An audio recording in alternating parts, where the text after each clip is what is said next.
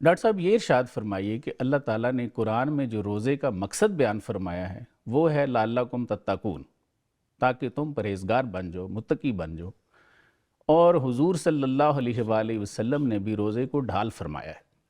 تو یہ ارشاد فرمائیے کہ روزہ خواہش نفسانی کے خلاف کس حد تک مؤثر ہتھیار ہے؟ بسم اللہ الرحمن الرحیم۔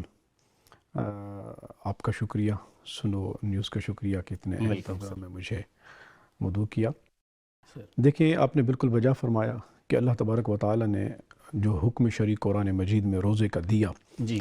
تو اس کا ساتھ میں مقصد بھی واضح فرما دیا کہ صرف تمہارا بھوک اور پیاس ہی مجھے نہیں چاہیے، بلکہ اس کا مقصد یہ ہے کہ لعلکم تتقون، بالکل، تاکہ تمہارے اندر تقوی اور پرہیزگاری یہ ایک نتیجہ ہے۔ بالکل ٹھیک۔ جہاں انسان کے اندر خواہشات جو نفس ہے جی، اس کو زیر کرنے کے لیے جہاں اسلام دوسرے طریقے بتاتا ہے، اس میں سب سے مؤثر طریقہ صحیح وہ روزہ ہے۔ بالکل ٹھیک۔ اس میں کوئی شک نہیں کہ صرف روزہ ہی وہ طریقہ نہیں ہے، بہت سارے اور طریقے بھی ہیں جو اسلام حکم دیتا ہے، لیکن روزہ ان میں سب سے مؤثر طریقہ ہے۔ اسی لیے حضور نبی رحمت صلی اللہ علیہ وسلم نے بھی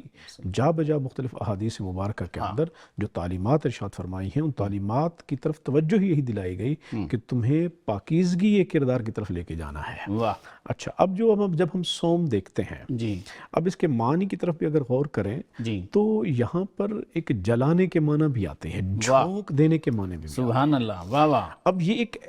جب انسان بھوک پیاس برداشت کرتا ہے، جس میں آپ ایک تپش محسوس کرتا ہے انسان، اب یہ جو روزہ ہے یہ جلاتا ہے۔ واہ واہ، کس کو جلاتا ہے؟ نفس کو۔ یہ روزہ نفس کو جلاتا ہے۔ سبحان اللہ۔ بھوک اور پیاس کی وہ جو آگ ہے وہ بھڑکائی جاتی ہے، اور تاکہ یہ نفس اس کی خواہشات کو ایک ایک کر کے یہ جلائے۔ اور کس کے لیے جلائے؟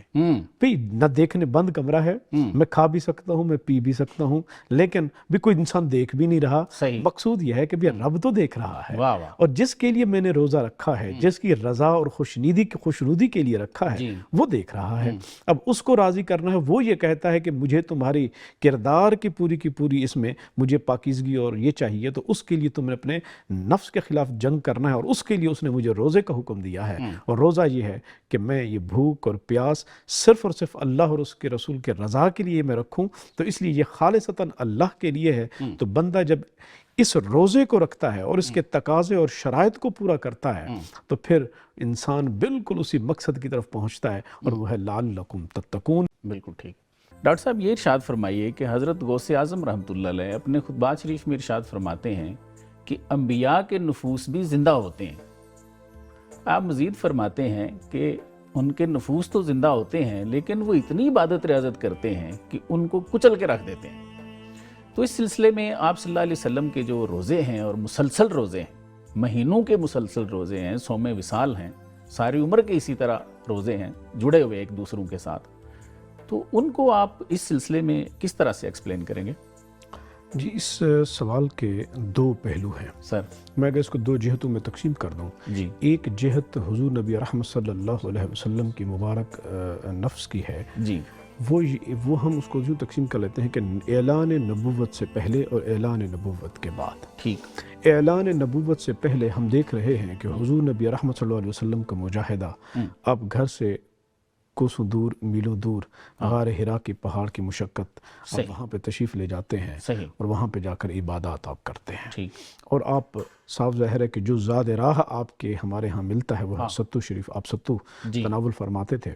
تو آپ وہ ایک مجاہدہ ہے، اور وہ مجاہدہ ہے بھی روزے کا، اگرچہ روزے ابھی فرض نہیں ہوئے، اگرچہ اعلان نبوت ابھی نہیں ہوا، اگرچہ ہمارا ایمان ہے کہ حضور نبی رحمت صلی اللہ علیہ وسلم اب پیدائشی طور پر اور اعلان خلقت سے قبل، کہ میں تو اس وقت بھی نبی تھا کہ جب حضرت آدم علیہ السلام پانی اور مٹی کے درمیان، لیکن ہم بات ظاہری نبوت کی کر رہے ہیں، اعلان نبوت کی، تو پھر ایک تو ہے یہ وہ دورانیہ ہے کہ جہاں پر حضور نبی رحمت صلی اللہ علیہ وسلم جو مجاہدہ فرما رہے ہیں اور اپنے رب کی تلاش میں ہیں، اور اسی کا ذکر پھر اللہ تبارک و تعالیٰ نے اپنی وَوَجَدَكَ ضَالًّا فَهَدَىٰ کہ محبوب ہم نے آپ کو اپنی محبت میں وارفتہ پایا تو اپنی طرف راہ دکھلائی، تو پھر حضور نبی رحمت صلی اللہ علیہ وسلم نے پھر اعلان نبوت فرمایا، اور احادیث مبارکہ میں بھی، حدیث میں بھی شریف میں ذکر آتا ہے کہ حضور نبی رحمت صلی اللہ علیہ وسلم نے ارشاد فرمایا کہ جس طرح ہر انسان کا ایک نفس اور ہمزات ہوتا ہے، میرا بھی اسی طرح ہے، لیکن آپ نے فرمایا کہ میرا مجھ پر ایمان لایا ہے اور وہ میرے تابع ہے۔ سبحان اور صاف ظاہر ہے وہ ایمان لانا اور تابع ایک تو من عطا الہی ہے کہ وہ بھی ہے کہ اللہ جل مجدہ جب بھی اب کسی نبی کو کسی امت کی طرف بھیجتا ہے تو ایک تو اپنے نبی کو کسی عیب سے کسی چیز سے اس کے اندر رکھتا نہیں بلکہ بلا عیب بھیجتا ہے، حضور صلی اللہ علیہ مکمل وسلم اور کے کامل جو سر روزے ہیں نا ان کی تھوڑی سی تفصیل میں بتائیے اسی طرف کہ حضور نبی رحمۃ صلی اللہ علیہ وسلم جب اس امت کی طرف بھیجا گیا جی اور پھر جب ان کو صوم دینا تھا تو تعلیم دینی تھی، جی تو پھر حضور نبی رحمۃ صلی اللہ علیہ وسلم نے جو روزے رکھے ہاں اور اس کے حالات ہمارے بعض اوقات تو ایسا بھی وقت آتا تھا کہ آپ صرف پانی سے آپ صرف ایک کھجور کے ٹکڑے سے ہی آپ افطار فرماتے، اور پھر اسی طرح آپ کے افطار کے انداز بھی ہوتا تھا کہ فاقہ کشی کے عالم میں بھی آپ افطار کرتے، اور غزوہ بدر ہم سب کے سامنے ہے کہ بھی کیا کس انداز میں آپ نے روزے رکھے۔ ایک تو یہ ہے کہ بھی افطار اور سحر کے اندر بھی اتنی زیادہ نعمتیں آپ کی اختیاری طور پہ تھی، اضطراری نہیں، اختیاری طور پہ تھی، امت کے لیے سبق تھا کہ کسی پر یہ وقت بھی آئے گا کہ ممکن ہے سحر اور افطار میں اتنا آپ کے لیے کھانا نہ میسر ہو، تو مقصود کیا ہے؟ پھر بھی اتنے رکھتے کہ شعبان کو جس طرح سے رمضان کے ساتھ ملا دیتے۔ صحابہ کرام کی روایت ہے، حضرت عائشہ صدیقہ بھی فرماتی ہیں اور دیگر صحابہ کرام کہ حضور اتنی کثرت سے روزے رکھتے تھے کہ ہم سمجھتے تھے کہ شاید حضور روزہ چھوڑتے نہیں ہیں، واہ واہ اور سبحان اللہ۔ پھر حضور اکثر اوقات روزہ نہیں رکھتے تھے اور پھر ہمیں میسر آتا تھا، لگتا تھا کہ شاید آپ نے روزے رکھنے نہیں ہیں۔ اللہ تو یہ امت کے لیے تعلیم تھی۔ ڈاکٹر صاحب یہ ارشاد فرمائیے کہ ابھی ہم نے کافی اس پہ باتیں کی کہ روزہ جو ہے وہ نفس کے لیے بہت اچھا ہے، ڈھال ہے ایک گناہوں کے خلاف، تو یہ ارشاد فرمائیے کہ حضور صلی اللہ علیہ وسلم نے ارشاد فرمایا کہ جو مجھے دو چیزوں کی ضمانت دے، شرمگاہ کی اور زبان کی، میں اسے جنت کی ضمانت دیتا ہوں، ایسے ہی ہے نا؟ ایسے تو یہ ارشاد فرمائیے کہ کیا روزہ زبان کو بھی کنٹرول دیتا ہے کسی حد تک؟